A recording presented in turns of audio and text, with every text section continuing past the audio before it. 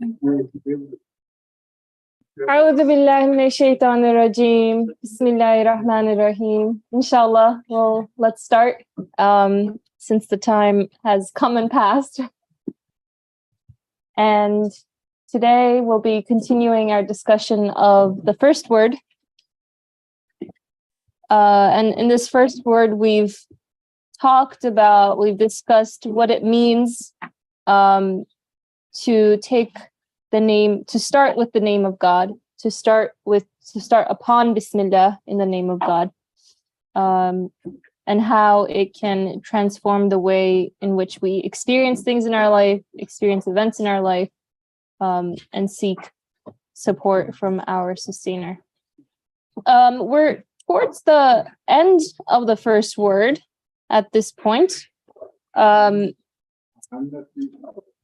So inshallah, we can maybe, so last week we had started to read, since all things say in the name of God, Bismillah, and bearing God's bounties in God's name, give them to us, we too should say in the name of God.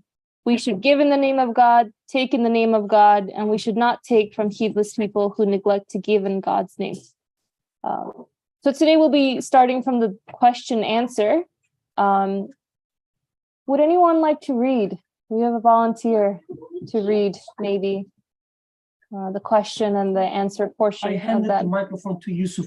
I mean, if it makes any change with your decision. Anyone can, if there are no volunteers, then we can begin with Brother Yusuf, inshallah. Oh. Question. We give a prize to people who are like tray bearers. This is the first word, the last page of the first word, last paragraph. 17. The last, what page is it in the book? 17. Page 17. Yeah, it's a question. We give a prize to people who are like tray bearers. So what prize does God want? Who is the true owner?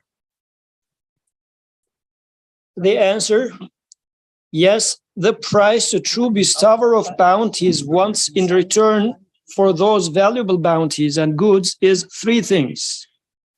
One is remembrance, another is thanks, and the other is reflection.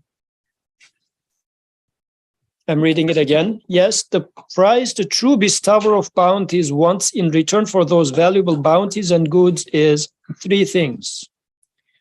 One is remembrance, another is thanks, and the other is reflection. And originals for this remembrance, thanks, and reflection? So remembrance is dhikr, thanks is shukr, and reflection is fikr, like tafakkur, thought. Saying in the name of God at the start, saying Bismillah at the start is remembrance. And all praise be to God, Alhamdulillah, at the end is thanks. And perceiving and thinking of those bounties, which are priceless wonders of art, being miracles of power of the unique and eternally besought one, and gifts of his mercy, is a reflection. However foolish it is to kiss the foot of a lowly man who conveys to you the precious gifts of a king, and not to recognize the gift's owner, it's 1,000 times more foolish to praise and love the apparent source of bounties and forget the true bestower of bounties.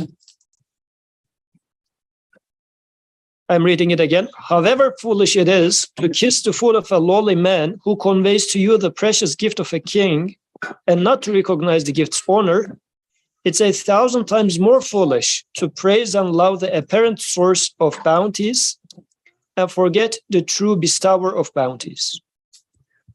O my soul, if you do not wish to be foolish in that way, give in God's name, take in God's name, begin in God's name, and act in God's name.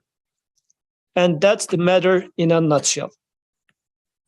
Jazakallah khair, thank you. So again, this is more or less the conclusive portion of this first word, which has talked about how everything in creation, everything that we witness, exists and acts so in the name of God, through the qualities manifested belonging to God. And this can be things that, you know, we've discussed, from seeds and trees and plants, right, that say in the name of God, pierce past through hard rock, as well as things that I might experience in my life and how they are acting in the name of God. But here the question is pretty straightforward, right? We give a price to people who are like tray bearers. For example, we had this delicious dinner cooked and prepared by our generous host, and we thank him. How do we, however, respond, communicate, or acknowledge the creator, the source of existence of the food itself, right?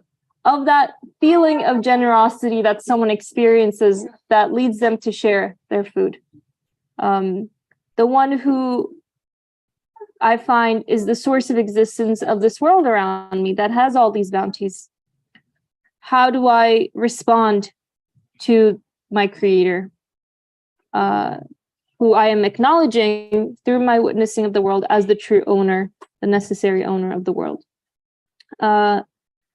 And here in the answer, it says, yes, the price, the true bestower of bounties, wants in return for those valuable bounties and goods is three things. One is remembrance, dhikr, another is thanks, shukr, and the other is reflection, fikr. So I guess we can maybe discuss what exactly these mean for us, and how these are, here it says what the true bestower of bounties wants in return from us, but also how these are sort of my, perhaps, my human response to what I am receiving, my human response to the sustainership that I experience in my life. And it offers a brief sort of explanation of what it means to have remembrance, to give thanks, to reflect. But perhaps we can start with just any initial insights or comments. Is that a hand? Do you have a hand? Okay, you want to share? But before you start speaking, we have a mic. So how about Brother Yusuf gives you the mic and then you can speak there, inshallah.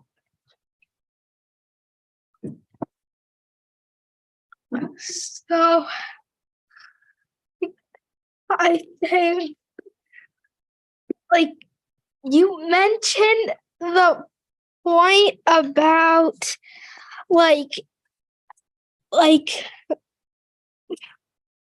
being like grateful, like for the, like, I think we could have like used dua. Could have been like, we could have made dua for Allah to nourishing us that food, and dua for Brother Yusuf. Yeah, thank you.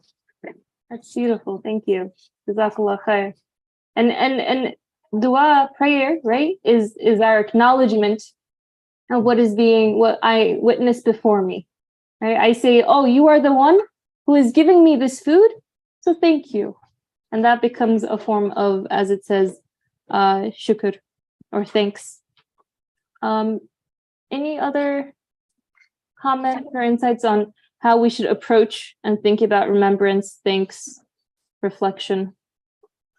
And do I, when I, we've discussed it perhaps, but let me just kind of raise the question again. Do I see my creator as the true source? Do I feel this need to respond to something beyond Brother Yusuf when I eat the food? What kind of interaction do I have that leads me to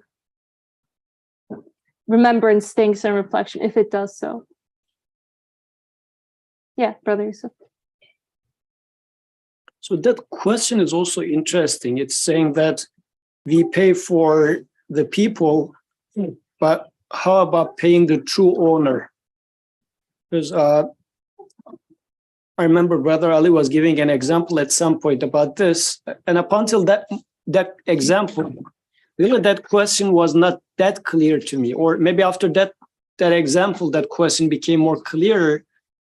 He was giving the example of a let's say banana, or I guess we can just pick up something from there to make it visual. Just let me let's do it his way. He's here, but Then you should also ask money from people okay, I will. to make it easier. Okay. So I stole your example. Would you like to do it yourself? Maybe it's going to be nicer. Let's take the original.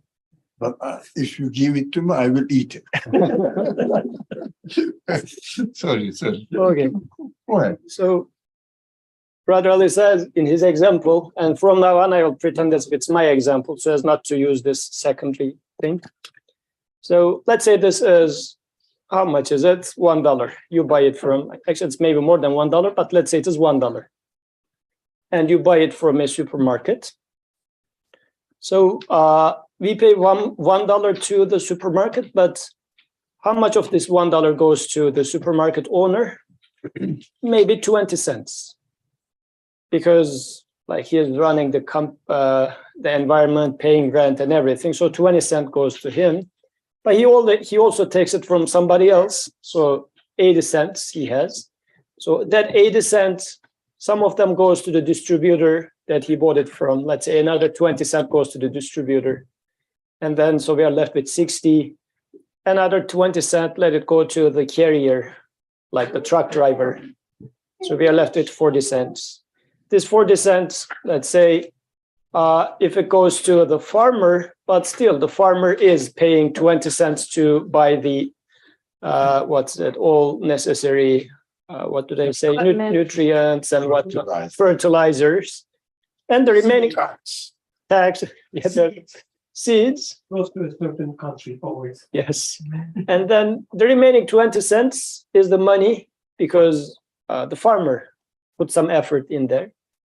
So we paid $1 and I feel like this is mine and I can do whatever I want with this, but I only paid for labor. I didn't pay for the mango yet. All I paid is for who brought it from the giver, the creator gave the mango to someone, and this mango came from there to here with some labor work, farmer and the carrier, distributor, market owner, but still I haven't paid for the mango. So that question is asking this. We pay for all those tray bearers. None of them are really the owner of mango. They are just the one who carries mango. They take it from somewhere. From tree to the carrier, from carrier to the distributor, from distributor to the market. But none of them made the mango. Mango was made and given to them.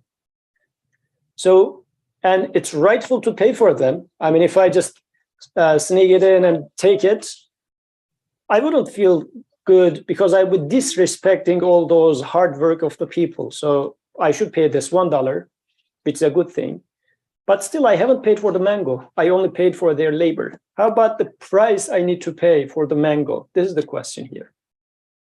So I cannot say, well, it is my mango. I paid for it. I can consume it. I can throw it into trash. I can do anything what I want.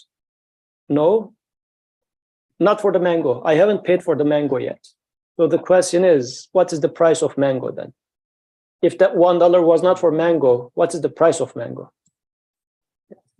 Jazakallah khair. And, it's a very useful analogy, right?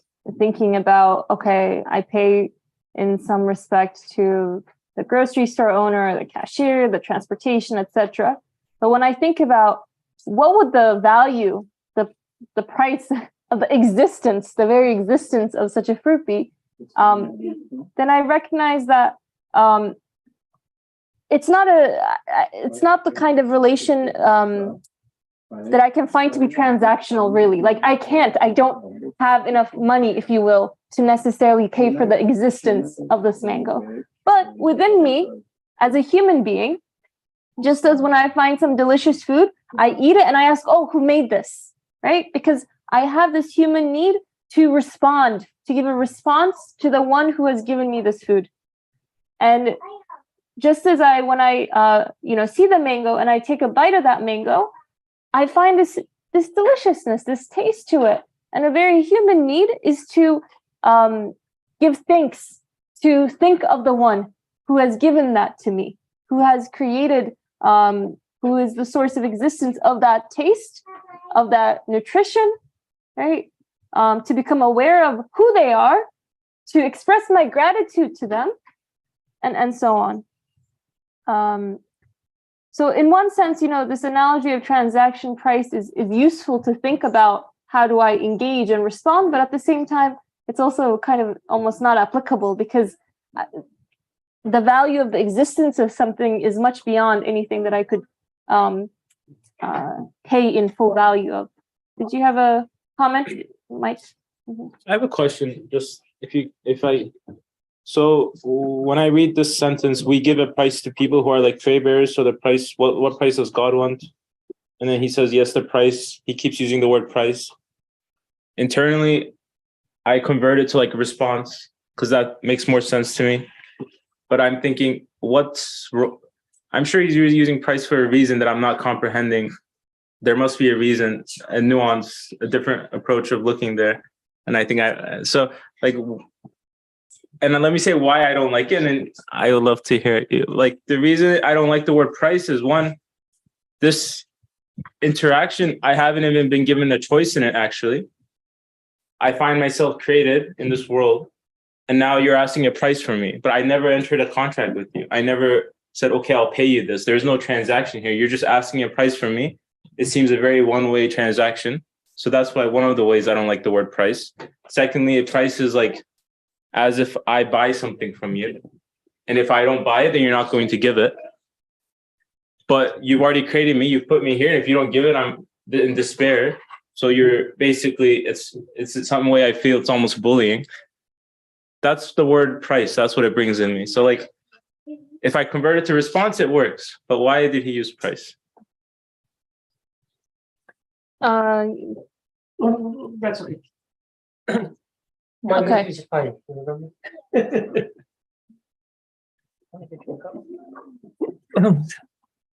It's interesting. Like I guess even after Yusuf's example, so it's Yusuf's example now. We find it really hard to believe or think that we should pay something for mango. So he's using the word God because, he's writing in this way. But if you look at the example, just the example, we're just talking about the mango. I guess the question is, do we really think that we should pay something for the mango?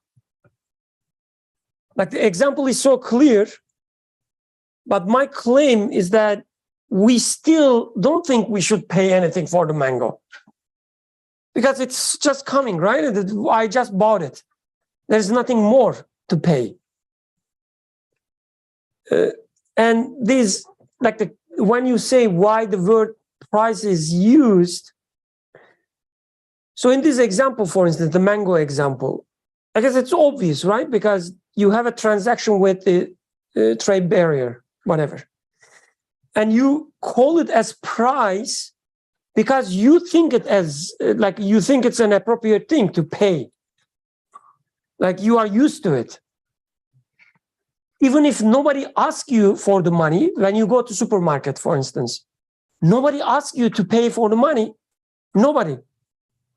You just go there, put some fruits or the vegetables in your basket, and directly go to cashier. Cashier doesn't tell you anything, but you still take your money and give it to her. You think it's normal, it's deserved, whatever. But when it comes to mango itself, like the vegetable or the fruit that you bought, you don't have this feeling. I mean, forget about how we pay it. Most of the time, we don't even think that we should pay for it. I guess maybe we should clarify that. And because we we don't have this sense that I should pay for it. When somebody talks about the price, you just feel, what's going on? What's price you talking about? Right? I don't think it's about the wording.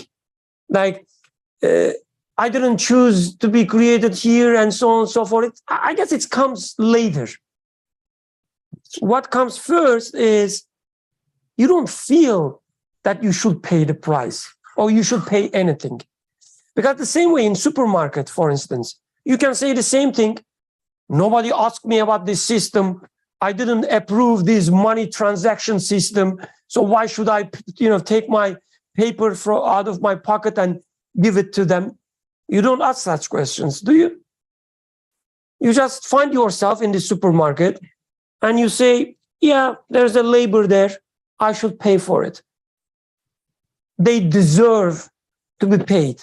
That's how you feel, how I feel as well. Nobody tell you that you should pay. Nobody asks you for the price. And you don't ask questions like, but nobody asked me.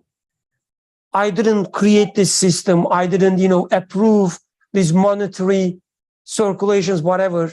You don't ask such questions because you see the quality that somebody worked for you. Somebody put this supermarket and then put the cashiers.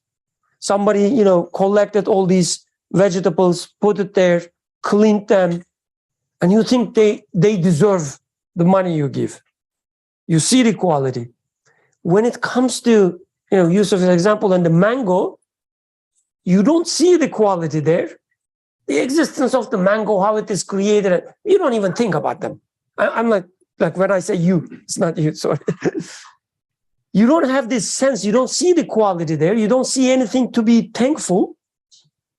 Hence, somebody tells you that you should be thankful. You say, what are you talking about? I didn't ask for that. I guess it's like an excuse part.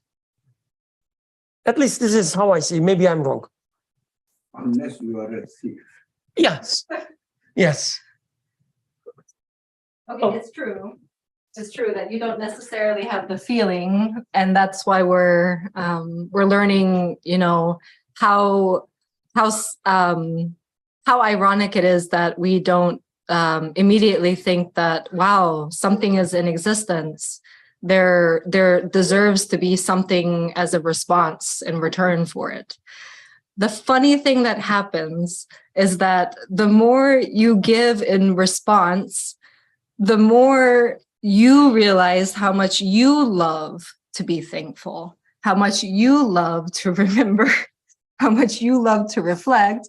And then the funny thing is, you can't, you realize that, okay, I'm trying to pay some price, but never can I give anything back because I don't have anything to give, actually. Even the gratitude that I have to give is being done upon me. And the gratitude is his name that's coming into my heart. So then even I tried to express something, but it actually still belongs to him. And then I ended up in a supermarket where even the money that I own belongs to him, and he gives me my money and pays me my money. And then I'm also paying for the food. And so you end up in a very ironic situation, which does lead to, but this isn't really a price because he's serving me constantly and I can never pay him back, no matter how much I will try to give him money, and he keeps on giving me back my price. And then I try more, and then he keeps on rewarding me with more and more blessing of shukr. So it is a journey, and it does go from there to there and then back to here, actually. No. What I meant is it goes from Brother Yusuf's point to Brother, where you realize you can never pay back. And then it goes back to, yes, that I should respond back. When I reflect on this story, for me, it's kind of like all we're doing is choosing experiences, right? So I can choose to keep my $1. I have $1, and feel good about having $1. Or I can choose to exchange that when I see an opportunity to experience a mango. I can choose to experience the mango. When this is like one perspective, right? Like we're trying to choose experiences. It doesn't always turn out the way it does, the way we want. And from one perspective, again, from a covered perspective, of one of denial of reality without Bismillah, is like, oh, I remember the taste of the mango. I remember the taste of the mango. I purchase it, I eat it, and I'm thankful for the mango because it tastes so good, right? And I reflect on this. It was like $1 was a good deal. You know, $1. That's like nice deal. And it's obviously not Bismillah. This is not the Bismillah approach, right? And this is reminding me also of some other parts. I can't remember the reference. Some of you may know, but it's remembrance is reminding me of, by having kind of the broader perspective, remembrance is like Subhanallah, mango. And when we're eating it, we're saying Alhamdulillah. And when we reflect on it, we're like Allahu Akbar. Anything I experience, every experience I have, Allahu Akbar can be a reflection of that experience. So for me, that I think that's right now something that resonates.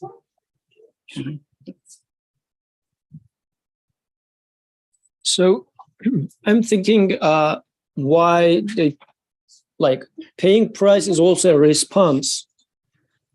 But why does Abdurrahman pick up on that word? I think this is an important question to think about, because paying price is, again, responding to the tray bearer in a proper way. But within paying a price, there is a responsibility.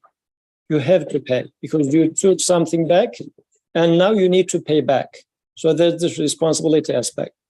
When it comes to response, there is more of a freedom over there. Like, I don't have to, but I do respond because out of my kindness, maybe, right?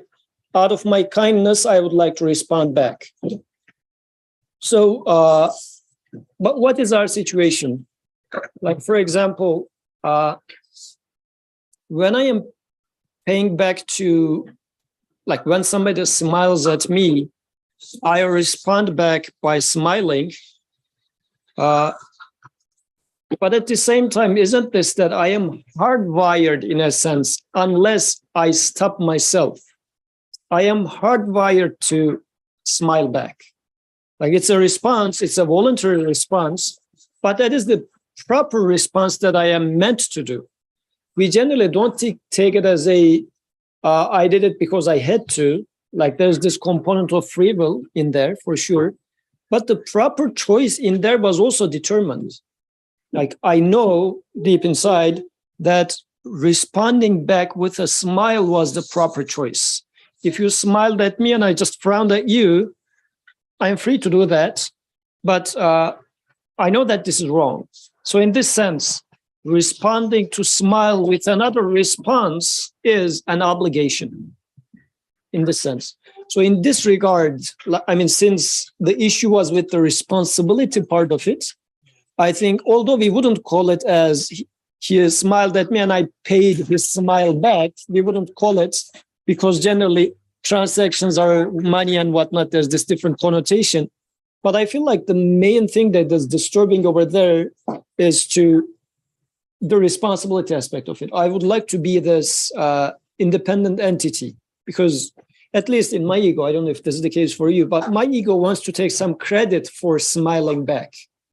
I could have not done this, but I did it, so I am good in this sense. So this is why when I'm offering my thanks to the creator, for example, my ego wants to take a share from that. I could have not thanked, but I am thanking back because I am good, somewhat. If it was that, what else could I have done? Like, it was my responsibility to pay back. If this becomes my understanding, then I cannot be boastful for thanking. And I think this might be, I don't know if it makes sense, but this price has this responsibility aspect, which is disturbing for human ego. So I agree with you that maybe responsibility, you're noticing that it has a more middle ground in terms of whether or not we are sensing that it is due to God that we are responding in things. What happens though is that we end up falling in love with gratitude. And so in that, once you realize how much gratitude enlightens your life and brings so much joy, you realize the gift is still being given to you. And then in that sense, you still can't be boastful. Even the responsibility part you have to leave aside, because still even gratitude is being done upon me. And still I have to thank God for gratitude. So in the end, still nothing I can claim. I can't even claim responsibility even. I mean, it's true, it's there. That is the way I am created to sense, inshallah, it's the proper thing. It's the way I'm created to do, to remember that this must be coming from somewhere.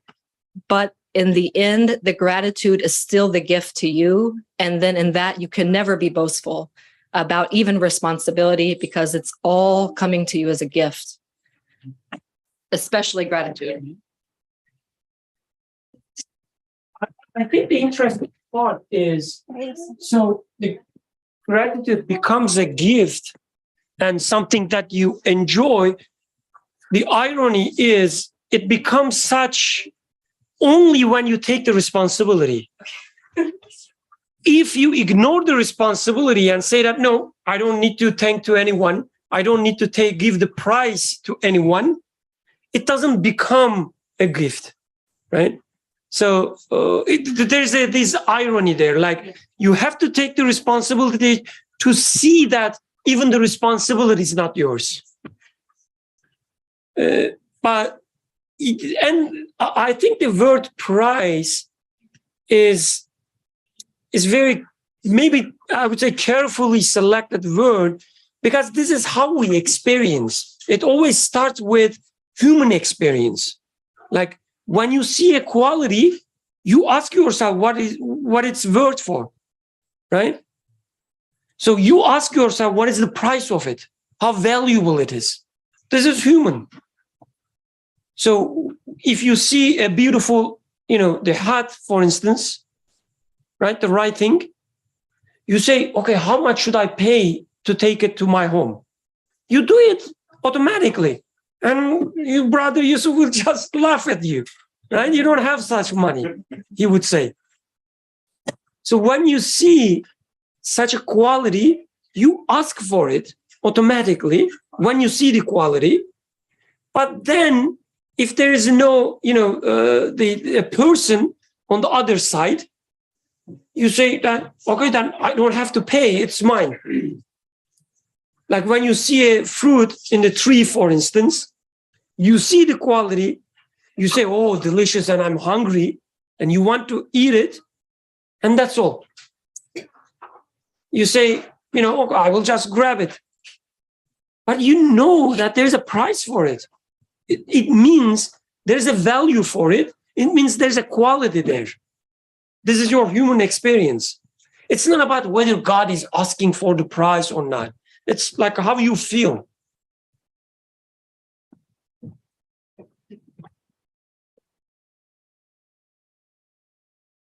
Yes.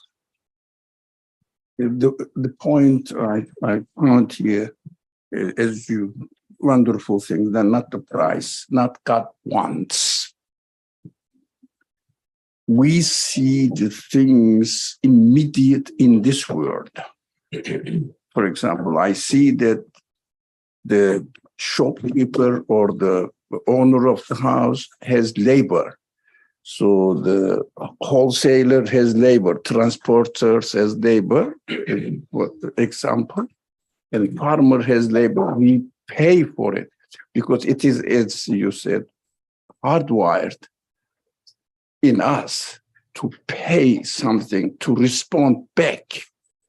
But it was wonderful to describe the mango itself here. Mango is the mango is priceless wonders of art.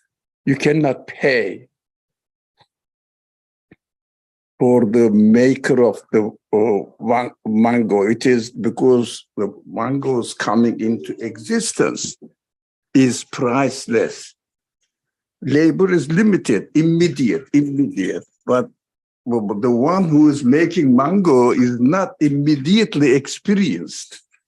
It is there. Priceless. It is very important that we use priceless.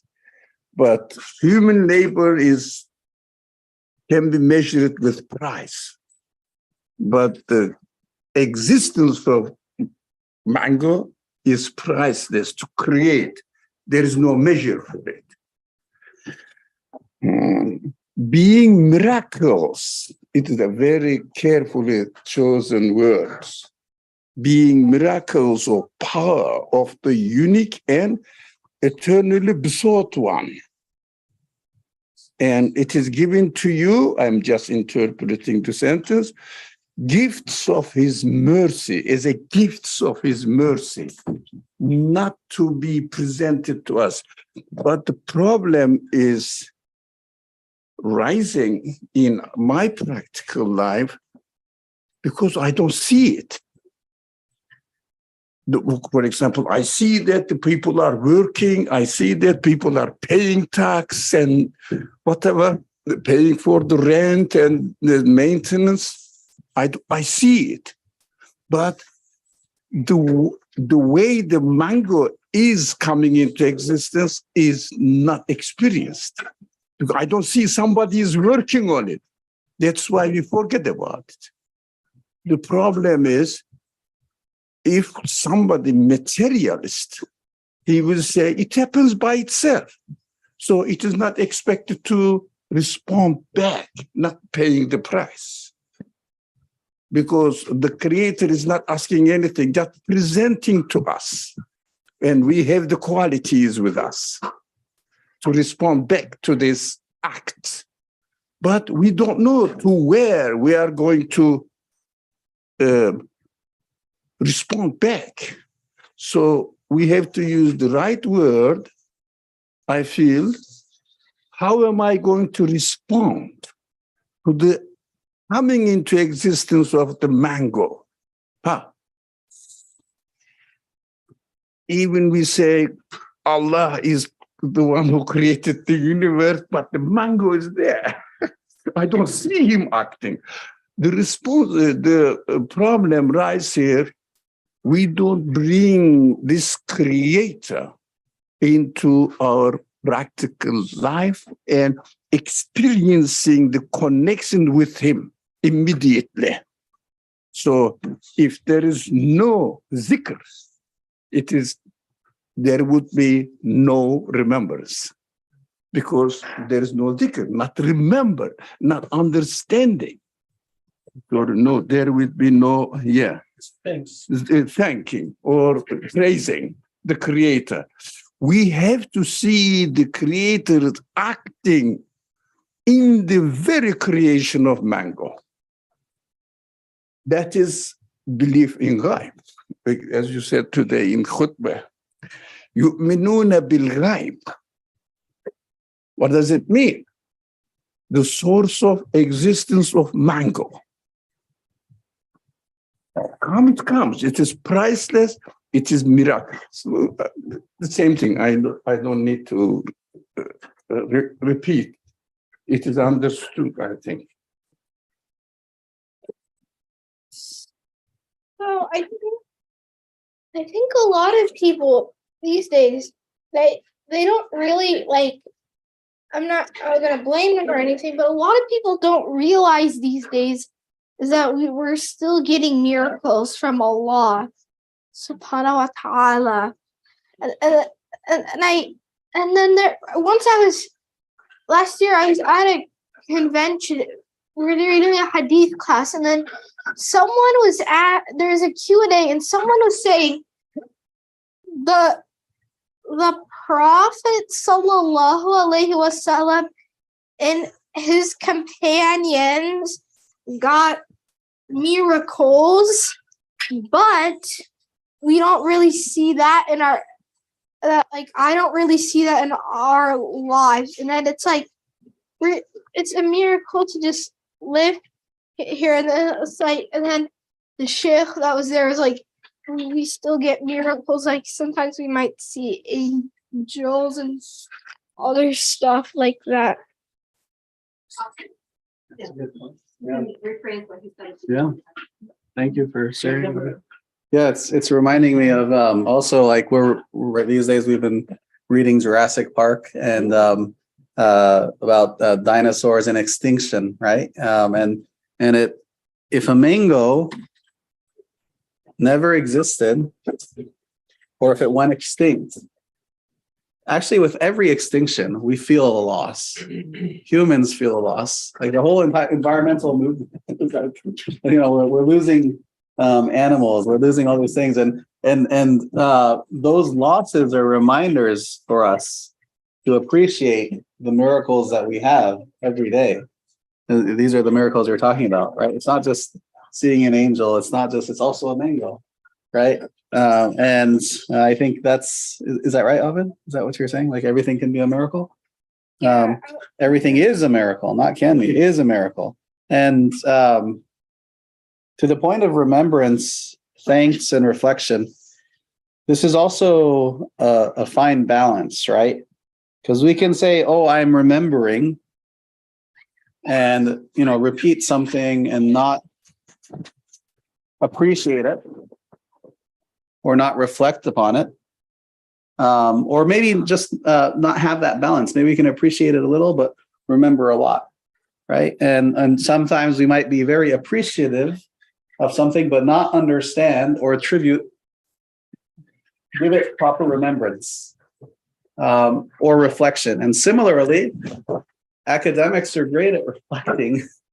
They may not be remembering or being thankful. So this is kind of a fine balance between all three of these. So, Abid, the wonderful guy, whose son are you? Who's your father and mother?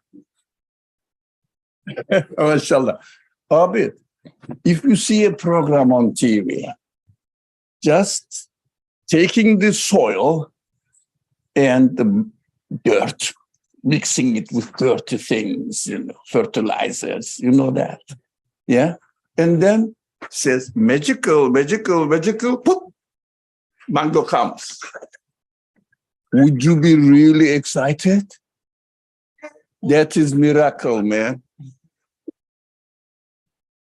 That is what miracle is. It comes out of soil, dirty soil. Would you like to eat big soil? But mangoes delicious, isn't it? I love it. Okay. Oh, Ashi, there's this hand to you if you allow. Here? Yeah. Okay, yeah, please. She's the moderator. The moderator's moderator. I just have one question. When it says sugar, is it when it's like when the price is used, is it basically transactional? Like it doesn't mean that if Allah gives me something, then I will be grateful, or does it mean a state of being grateful? Because like Allah is Ar-Razzaq. But there's millions of people who are not getting food, right? They don't know what they're gonna eat and all that stuff, but they're also grateful because they're believers. So is it a state of gratefulness, or it's just that, oh, I got this mango and it tastes good, I'm able to enjoy it, that's why I'm grateful? Isn't it like a conditional you put on Allah? Yeah. I think that's a great question, and others can pitch in as well. But I think the more I recognize, I have to ask myself the question, is there a moment in my life, in my existence, when I am not being a recipient of some form of sustenance, right? I may not receive a mango, perhaps, but in this very moment, I'm existing. I'm breathing. I am wanting to speak, and speech comes out. The more I recognize the many ways, the constant ways in which I am being a recipient of endless bounties, right? The more I can cultivate that gratitude as a state of being. Because yes, I can, if I receive a mango, I can respond with gratitude. But then the next day, if I don't receive a mango, am I not going to respond with gratitude, right? I think it's a matter of exercising that muscle of consciousness, to which I start to recognize, as the sister was saying, that I am in a state of receiving at all moments.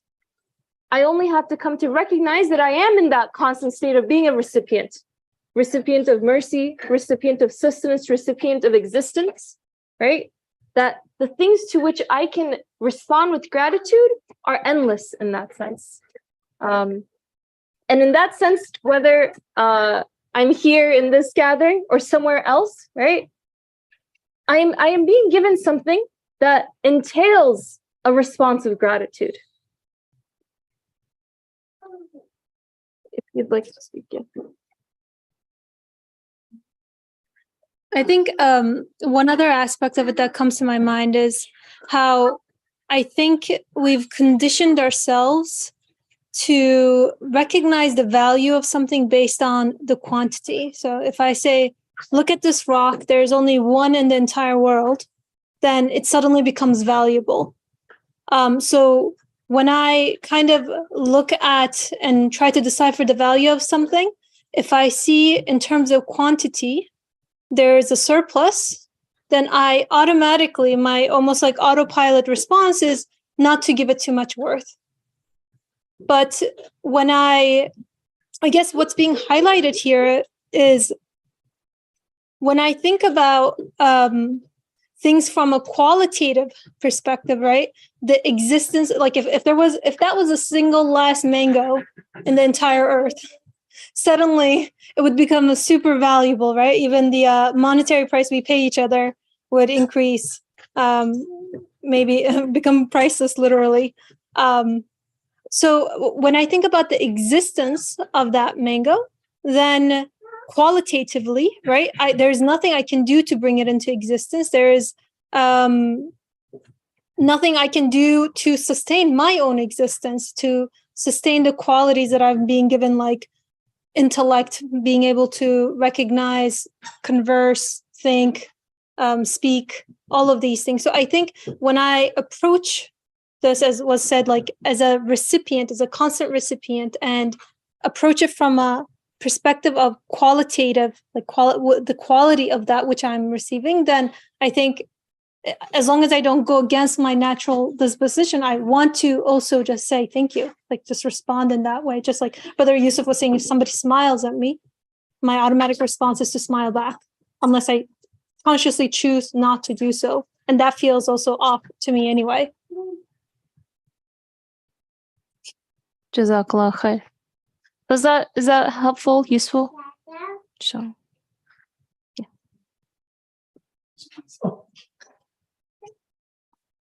To you?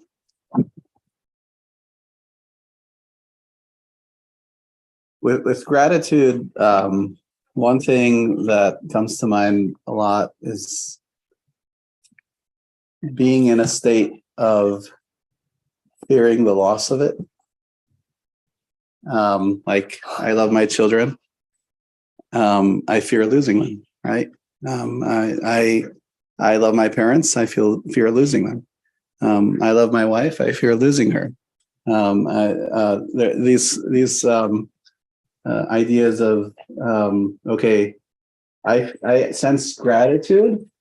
I fear losing the source of that gratitude, and it becomes an addiction if we look at it the right way, a healthy addiction. It might, rather than addiction, maybe a form of nourishment is a good, but better word, because if I fear the loss of that true gratitude, It is, for me, I feel comfortable in that state of fearing the loss of gratitude, because I can, in those moments where I have that, I can sense it's not gratitude that I'm giving myself, it's gratitude that's being given to me.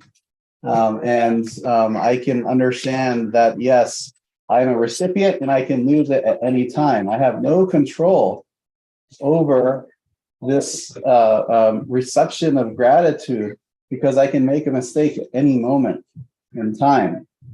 So that state of being is something that I constantly see. Again, in this context, within the balance of remembrance and reflection. This, the problem still, I reflect on it and see that the problem comes from we don't see anything exists as a result of miraculously coming into existence. So what is this miracle? Real, the who or what must be conscious because the result is conscious. So he is doing everything miraculously coming into existence, so that we have to seek, we have to search for the actor behind these miraculous actions, so that I feel it is automatic to respond back. That is what I am bound to. So, for example, if you call it plumber here and works and you don't pay the money, how do you feel? For the labor of the plumber. Impossible, isn't it? You don't really forgive yourself. You're guilty. So why don't we feel guilty about existence of mango? Because I paid for the labors that I experience. That people pay, people do actions, people work. But I don't see the labor. The problem is there. I don't see the labor. What needs for the mango to exist.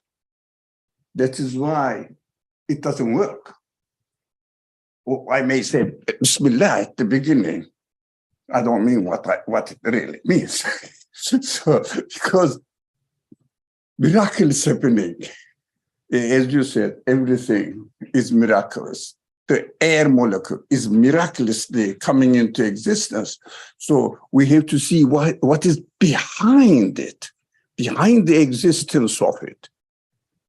Then you will always feel that I am thankful, Bismillah. It means I am interacting in the name of the one who really brings it into existence. So that is what the gift is given to me by him. Oh, then you have to be responsive. What am I going to do then? How am I going to thank him and express my gratitude? So I was really thinking, like I was thinking of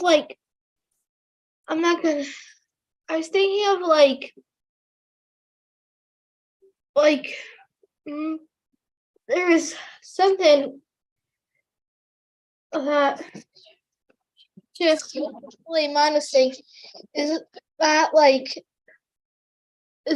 some people are in suffering, and some people have this life made, and then it's like if you think about the people that's off the second the one that the people that are enjoying this life, then it's going to be hard to recognize who was the creator of the mango and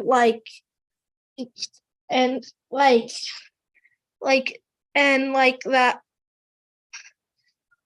I can just have less gratitude and do partying and other things.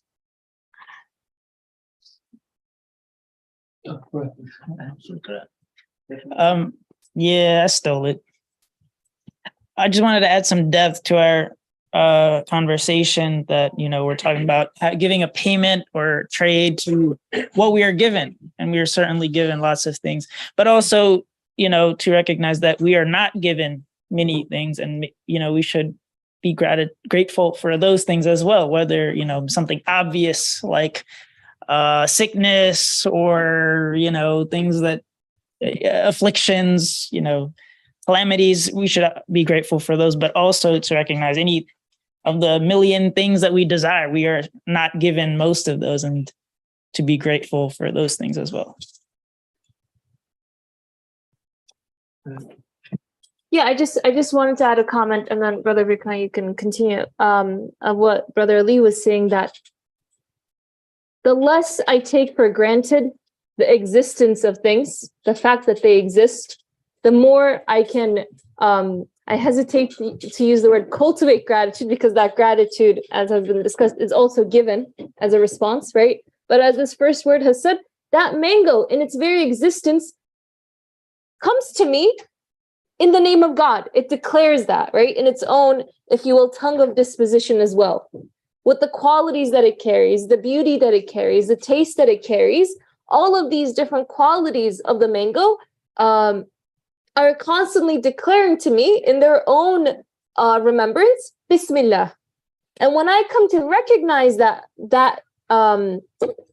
speech of the mango, then in response, I can then also receive it in the name of God, right? In the passage before, it was saying we should give in the name of God, take in the name of God, and so on. And so the more I come to recognize that tongue of disposition in things, that things that I witness in their very existence are declaring the manifestation of their creator's qualities, the more I can also enjoy them, acknowledging the names, the qualities of that source. Just wanted to say that, and Brother Vikram, please go ahead. Jazakallah. So I think what Fahim started there, it's really important. So I want to go back there a little bit, maybe. Do you mind if I ask you questions, like have a dialogue, because you started the topic? So, what fight? No. It's like he can beat me, so I wouldn't take the risk. So it is like a really kind of funny that. So have you realized when you enter the room that this fabric that you step on doesn't hurt your feet? Like it doesn't, burn it, or you don't have the pain. Have you realized that? No, maybe because I expect it. Yeah, right. But you didn't realize it, right? But now I'm telling you that it's, soft, you can walk on it, and you have these feet. It's also interesting that when you step on your feet, there's all these bones and so on and so forth, but it doesn't hurt, does it? It doesn't hurt for me, at least. Have you realized that? Like when you were stepping? No, I do. No, now you didn't. And you are probably thankful for that, right? But you were not thankful when you first entered the room, were you? So let's say you are outside. Have you also realized when you were outside or here, doesn't matter, when you breathe, it doesn't burn your lungs. It's oxygen, hydrogen, everything is there to start a fire, right? But when you breathe, it doesn't hurt. Have you realized that? No, right? Now you realize it, right? Are you thankful now? Alhamdulillah. So when we don't realize something, when we don't remember, that's the reason it starts with remembrance, right? Zikr. There is no way that we can be thankful. We can say, like you said, something really important, that, sometimes we don't have things, but we are still thankful because we are believers. This is like an umbrella term, which is true. I 100% agree with you. But also, I guess it's like a little bit, let's put it in an innocent way, like dangerous, maybe a little bit lazy, because when we have this attitude, it means, I don't need to remember anything, or I don't need to even be thankful because it's already there. I'm a believer. But there's a human reality.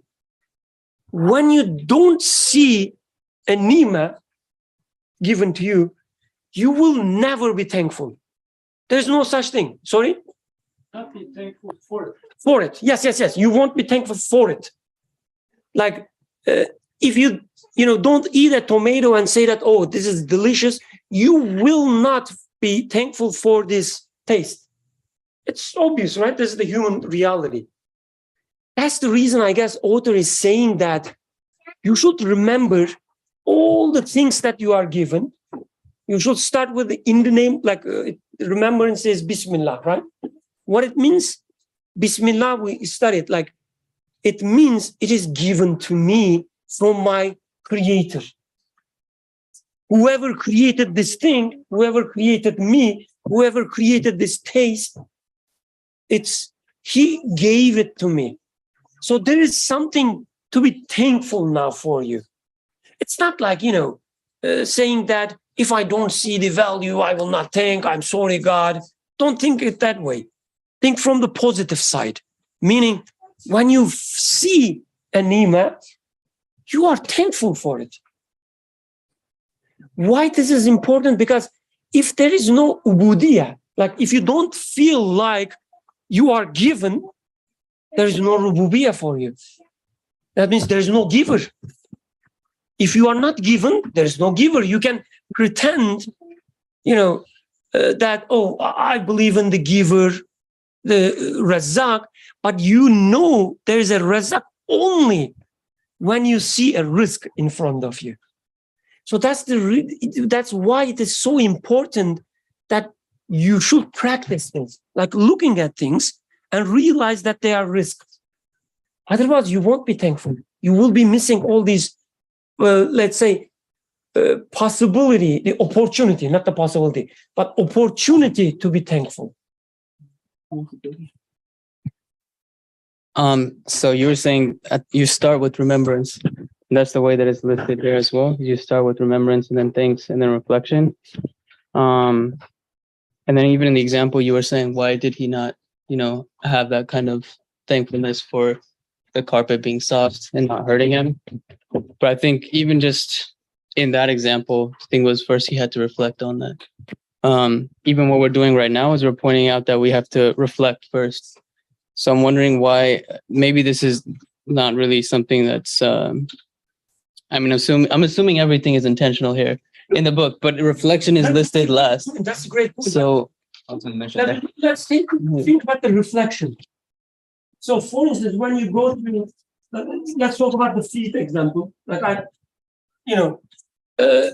step on it, it doesn't hurt, right?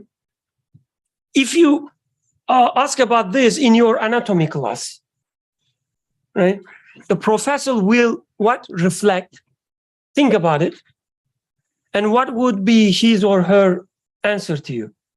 What are you talking about? That there are no nerves or, these chemical reactions doesn't happen this way, that way. That's the reason you don't feel the pain.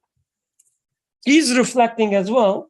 So if you start from just the reflection part, reflect how? Reflect about what? So the issue is that you're not seeing God. So when you read it in the name of, like when you say Bismillah, it's a certain type of reflection. It's not any reflection. It means you are realizing that, I am being created. Am I not? Like you asked the first question. And then this carpet is being created. My feet is being created. The feeling is being created. When you take it in these framework, you are talking about the reflection that author is referring. Otherwise, author is not talking about any reflection like your professor would do. So you should start Brother Ali can go. She's the moderator, so she will decide. Okay. Oh, did we have hand here? No, brother Ali.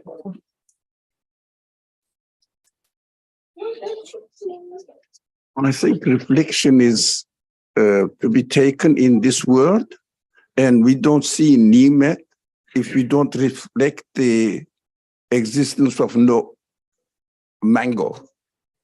Or in order to reflect, when we reflect on the existence of mango, we will know that it cannot be given existence by anything of this world. That is La ilaha. Without La ilaha, nothing goes to Nimet or any other God concept or Allah, because La ilaha means, oh, it is no way for mango to come into existence in the conditions of this universe, anything of this universe. Where is it coming then? I think the key point in this answer is miraculous existence. And without miracle, acknowledging that it is coming into existence miraculously, which means nothing of this universe, where is it then? That is the miraculous side of existence. In everything, as your example of walking and feeling comfortable, the bones and the system of your feet, the earth as the gravity keeps you so that you can stand on a firm ground. It is miraculous happening. Who established it? What? Nothing can in this world can be source of existence of this anything. That's why miraculous is the key point. Unless we grasp this, we cannot go illallah. Illallah is ghaibi. So we cannot say Bismillah if I don't say La ilaha. Nothing of this universe. I think this is a miraculous expression in the Quran, La ilaha illallah. Everything can be explained in terms of only first step, La ilaha. Second step is the conclusion, illallah. That's why ghaib is the conclusion. Ghaib is the conclusion. Conclusion about what? Reflecting on the existence of anything that it cannot be given existence by any of the parts of this universe. Even all of it. That's what the Quran keeps saying, that call anyone of your helper that you can think that it may contribute to the existence of the mango, except God, the source of existence of whole universe. Then go ahead. Otherwise, you have to conclude the result. Ghaib, belief in ghaib is the conclusion of your reflection of the source of existence.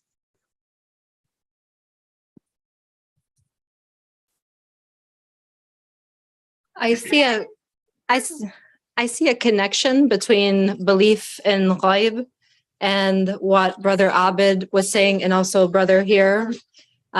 So Brother Abid was saying that in this life, when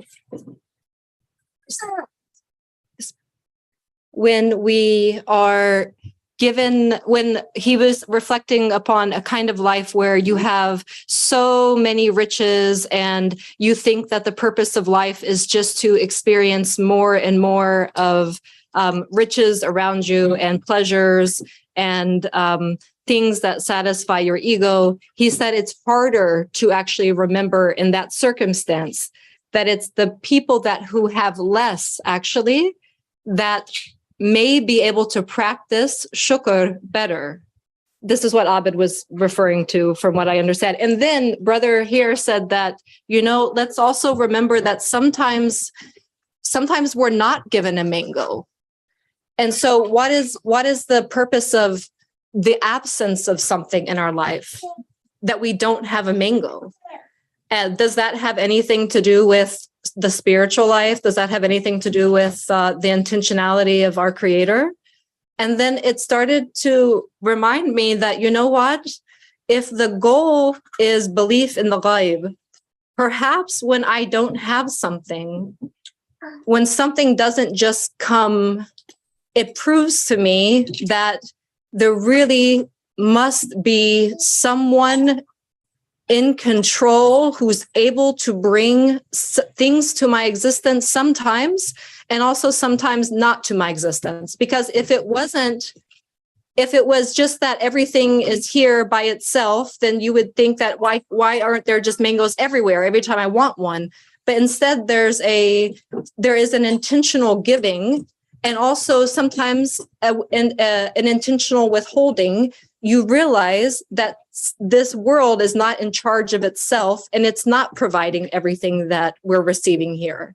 That there is a reflection of someone who is sometimes giving through secondary means that we see in the earth, and sometimes not.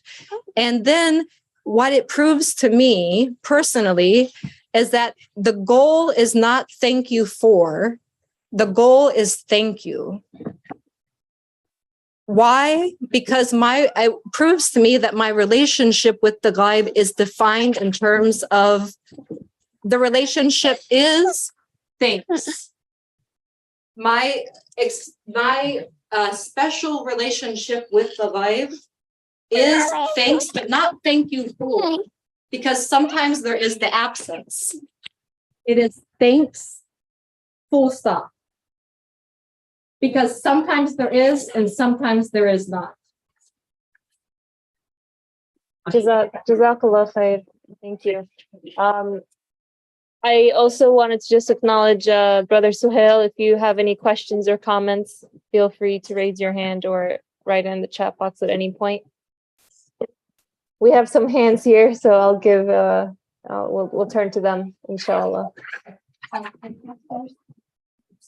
Oh, turn on the mic. It's red meaning on. Press the power button.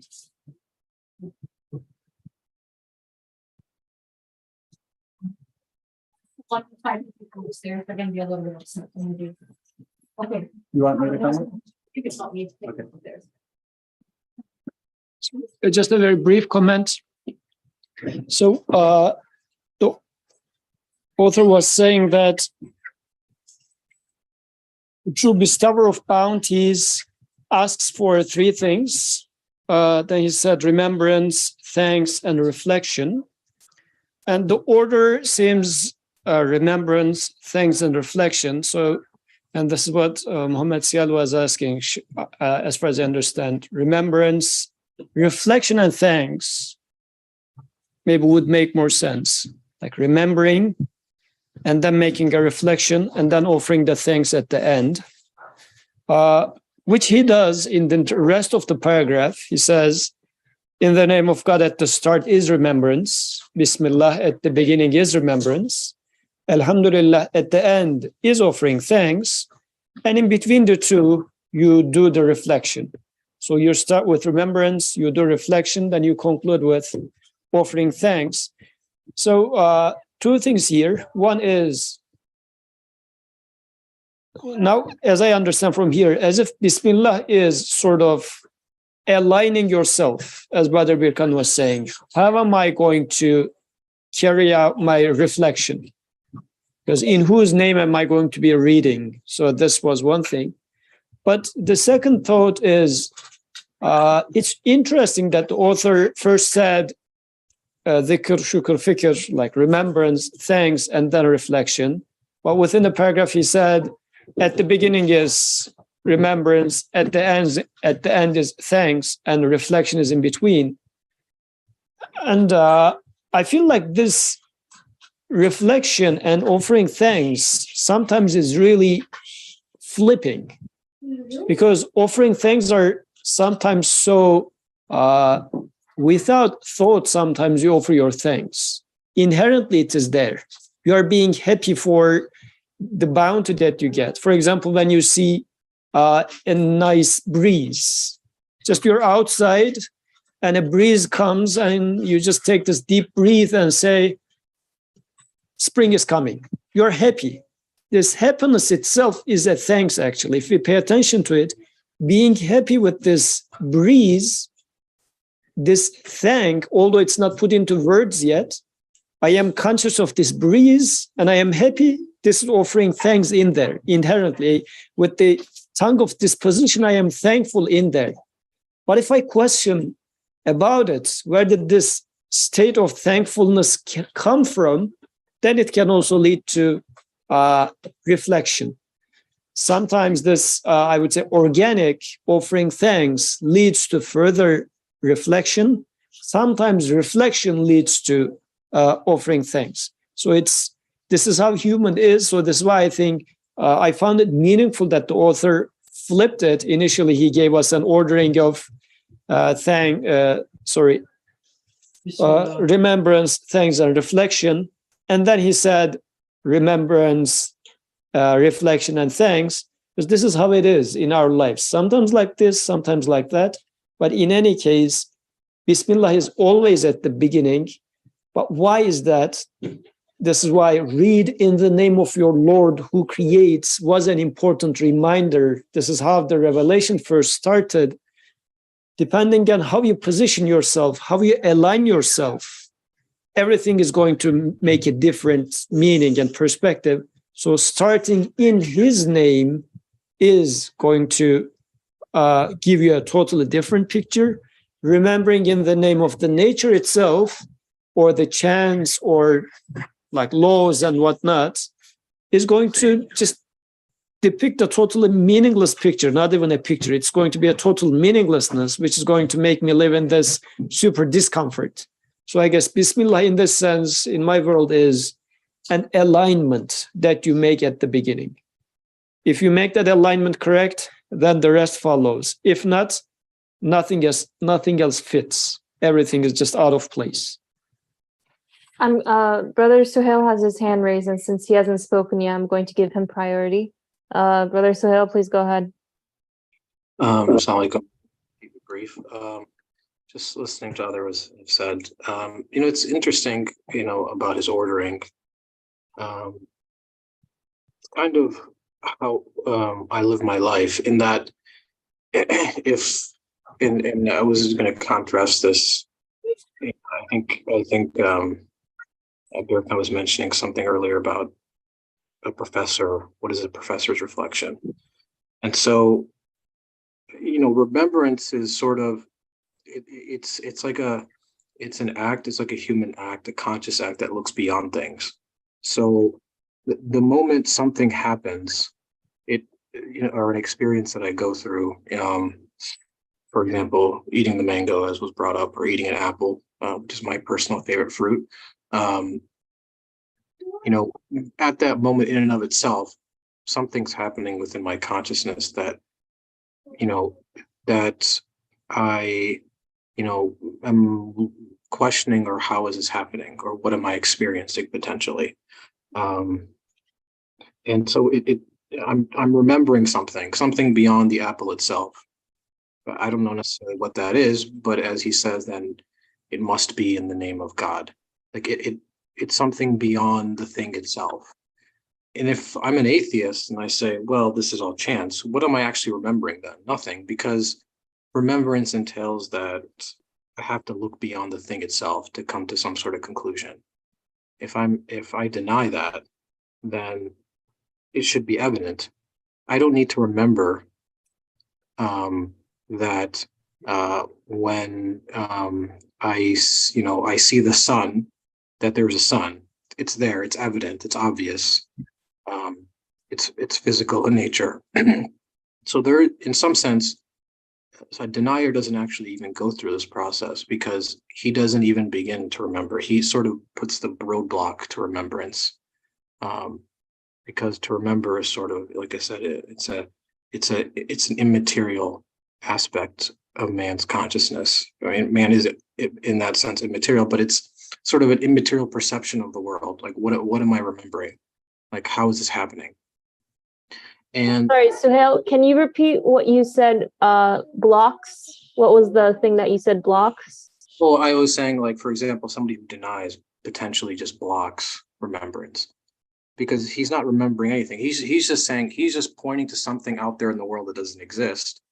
And he's saying, oh, the particles are doing this, chance, randomness, nature, evolution, natural selection. What am I remembering? Those are supposed to be implicitly when somebody says those things, even if they don't deny, they just say, oh, the sun is making the apple grow or the mango grow or the soil is. What am I actually remembering? Nothing. I'm just stating things that are out there in the world. There's nothing I'm remembering. I'm just stating facts. In some sense, remembrance sort of looks beyond that. Like it's sort of it's stating that, do I remember or am I aware of something that's already inbuilt within me to say in the name of God? Like it's sort of waking me up to that reality. The only conclusion that I can come to, not to just simply restate, oh, how is the mango happening at this very moment? Oh, it's the sun and the soil and the weather and the rain and the nutrients. Well, what am I remembering? Nothing. I'm just stating facts out there in the physical world. There's no remembrance happening there. I didn't answer the question. I didn't take remembrance. I took remembrance and I ignored it. Because even just the very fact that I tried to ignore that, of what it sort of implies is like, let's say I'm a denier, implies I'm trying to ignore it when I say, oh, it's something else, it's nature. I don't want to actually acknowledge what's actually happening, that it's in the name of God. And then, as I think Yusuf was saying earlier, thanks is automatic. That's kind of how I live my life. It's somebody gives me something, let's say in a horizontal human to human interaction. Somebody gives me a mango or an apple. Like I don't think twice. I mean, that's as somebody who's an honest person or saying they automatically think. Before maybe even reflection happens, it's already inbuilt, as was already said. I remember, or it's obvious, I guess in this sort of loose analogy, I remember that I am being given, and I automatically think it's within me to be grateful or to show thanks. Yeah, thank you for giving this to me. And then maybe I reflect afterwards, oh, what was the wisdom? Why did he choose me? What's within this mango? Of all the things that I could be given, he gave this to me. And look what's happening in this experience. Look how miraculous the existence of the mango even is. I step back and think about all these things that are taking place. Like I in some sense, I'm not like a robot which says, oh, I see I'm being given, and let me reflect about what's actually happening here, and then let me show thanks. But the human being sort of takes the experience, and then he goes back in the future. In some sense, we're all reflecting on the past in our every moment of our life. We're thinking about our past experiences as they happen, and they, slip through our fingers. We're always reflecting on the past. They already happened.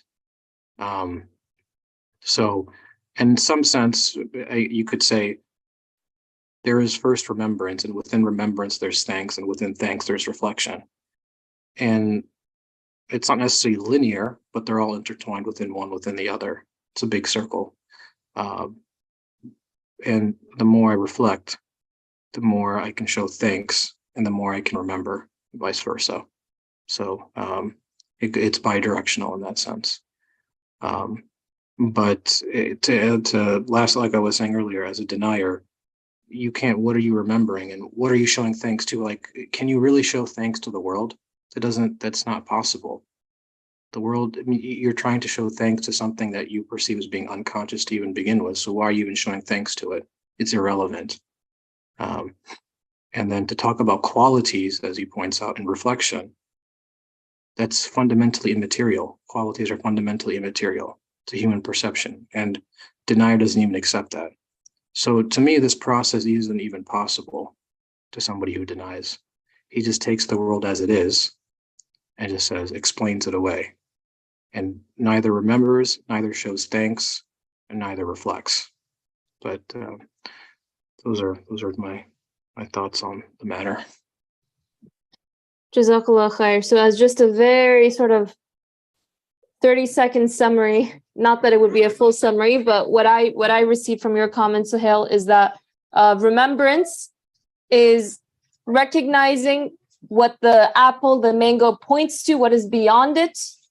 And then thanks is this, as you were saying, inbuilt response I find within myself to that experience of eating it, receiving it, enjoying it, and then reflection ends up pursuing the line of questioning and inquiry that this experience has opened up for me, and pursuing it further. So I'm going to leave it at that. What's that? That's a great summary. Okay, alhamdulillah. We have a few more hands, but we are also like ending time. So let's take them all at once. Inshallah, we'll start from here and then just go across the room if anyone has any comments. I was just gonna say, to me personally, it seems like like some of you said, you mentioned, right? Shukr, or being grateful, is like being positive towards the world, right? Or having that mindset of being positive, right?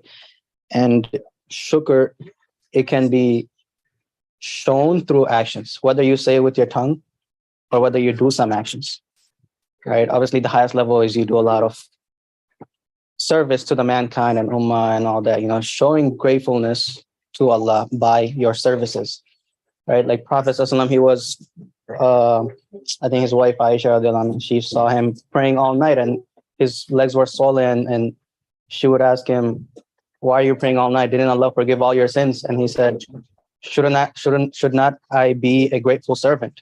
So Prophet ﷺ showing us, like, through acts of worship, you show being grateful. You're in the state of being gratefulness, which eliminates, like, every time Allah gives you something, you're grateful, and then eliminates that when Allah doesn't give you, you're like, oh, why Allah did do this and all this. It's like a kibr that's being maintained, right?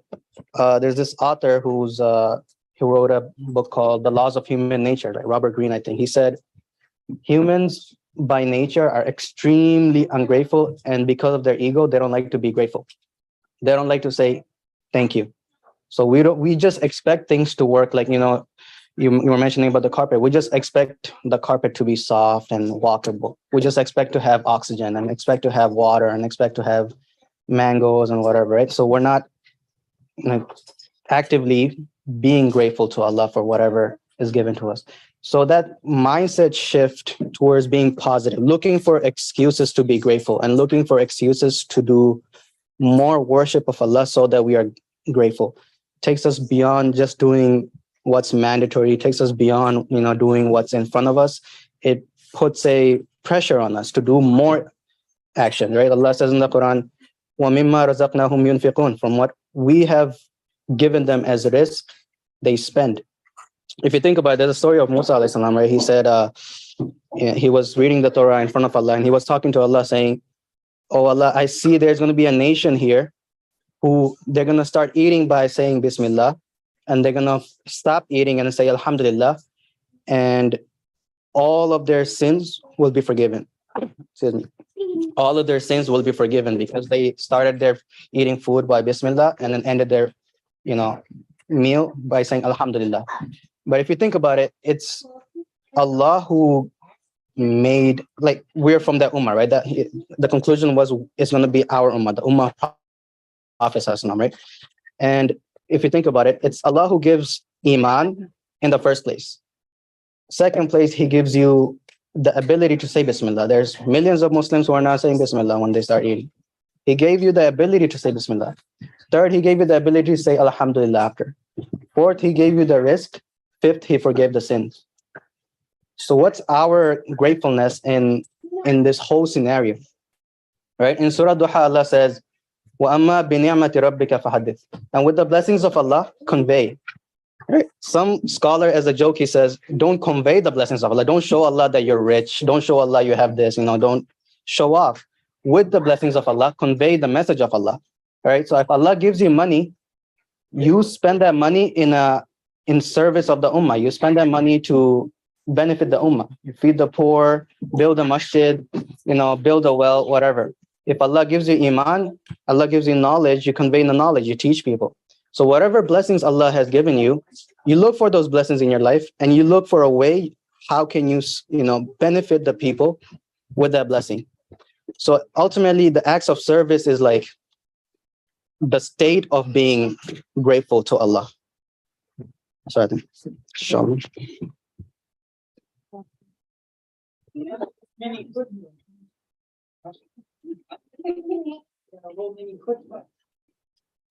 Very inspired. Oh, Did you have to, I think you turned it off. Oh. So this is for when thinking about remembrance and thanks and reflection, I think brothers Sohail and Yusuf, they both did a better job than I could in explaining my perspective too. Like they're interchangeable, you know, and the other piece that one can lead to another also. It doesn't, for me, this is an important order, but it can also be the other ways, right? So, and speak up. So remembrance also signifies for me growth and learning. And Bismillah, I ask, what is Bismillah, right? What is Bismillah? And we know from our last retreat that Adam alayhi salam is taught the names of all things. The names, in the name of God. That he is taught the names of all things. And so Bismillah is the reason the angels bow to Adam alayhi salam. Bismillah is the core of our ability to know our Creator. And for me, it's like just growing up saying Bismillah, like I really didn't, it didn't resonate like, oh, in the name of God, like what's like, you know, like but when the context of revelation, for me, Ism Asma'ul Husna. These are the names of Allah. Ism is the names of Allah. So we can, when we reflect on the names of Allah, we remember Allah, we experience the gratitude. The reflection is, oh, this is in the name of the One. The sister was saying, you know, when something's unique, it has incredible value. We might think, oh, this mango, every mango is unique. There's no other mango like this mango in the world that was created by my Creator. But ultimately, my Creator can duplicate these experiences. There's really only one that is unique, the one God. Or we can reflect on even the balance of the mango, or the destroyer of the mango, the creator of the mango. And we can go through every single attribute of our Creator, and it will, just like the brothers were saying, it'll initiate this cycle of remembrance, of learning and growth, and thanks, experiences of thanks. And then again, we reflect on the attributes of our Creator, the names of our Creator, and grow in that manner.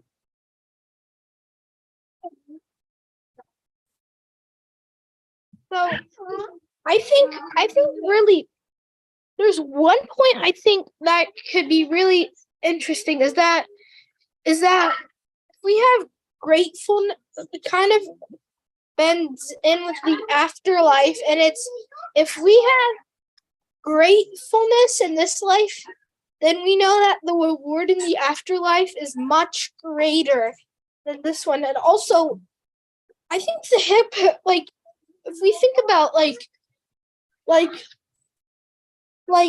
if you were thinking about like the time of Muhammad, and if you were like if you were the son of a hypocrite of Medina or Mecca, you would be thinking like, I'm very grateful that Alhamdulillah, and I'm very grateful that I am a Muslim, but I think that but it's kind of like, it's like I kind of want to reunite with my, like, if you really, some of them love their fathers really much. It's kind of like, I want to reunite with my dad in Jannah. Nah. So they don't get everything they wanted in this world, they're hoping for it in the afterlife. Yes, because real gratitude is extending to the afterlife. Yes. And like I was really into the conversion of Suhail ibn Amr radiallahu ta'ala anh, and he was like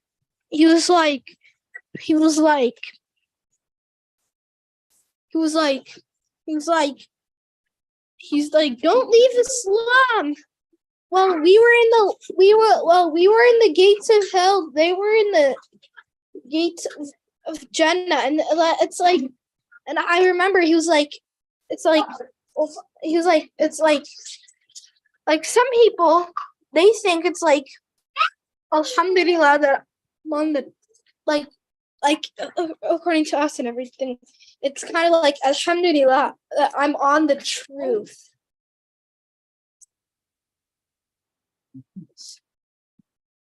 I was just going to ask, if we know about the history of translating dhikr into remembrance in English, because I think as Brother Sylvan was pointing out, remember, the word to remember implies that there was something I knew beforehand, and now it's being brought to my it's being brought into my attention once again.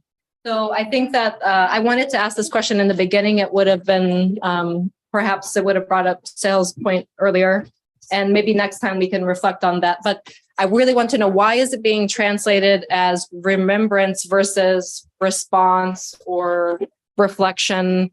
It seems to me that there is a question of, can I even confirm that this is indeed remembrance, because there is something I knew beforehand that I'm now recognizing once again. That process of confirming there's something I used to know that perhaps I have forgotten, and now it's brought to my attention once again. That to me would be remembrance in the English language. So I'm wondering what the history is of translating dhikr into remembrance. Jazakallah khair. I think that's a great question. Yeah. I think we should end it here today, since it's 9:15. But hopefully we can follow up with that next week as well. We might I think we're officially done with the first word, but we can still talk about that in the second station of the 14th ray. With that, inshallah, I will end. Thank you all. Jazakumullah khair for everyone's comments. And yeah, thank you for all of your contributions. سبحانك لا علم لنا إلا ما علمتنا إنك أنت العليم الحكيم وآخر دعواكم أن الحمد لله رب العالمين آمين. السلام عليكم.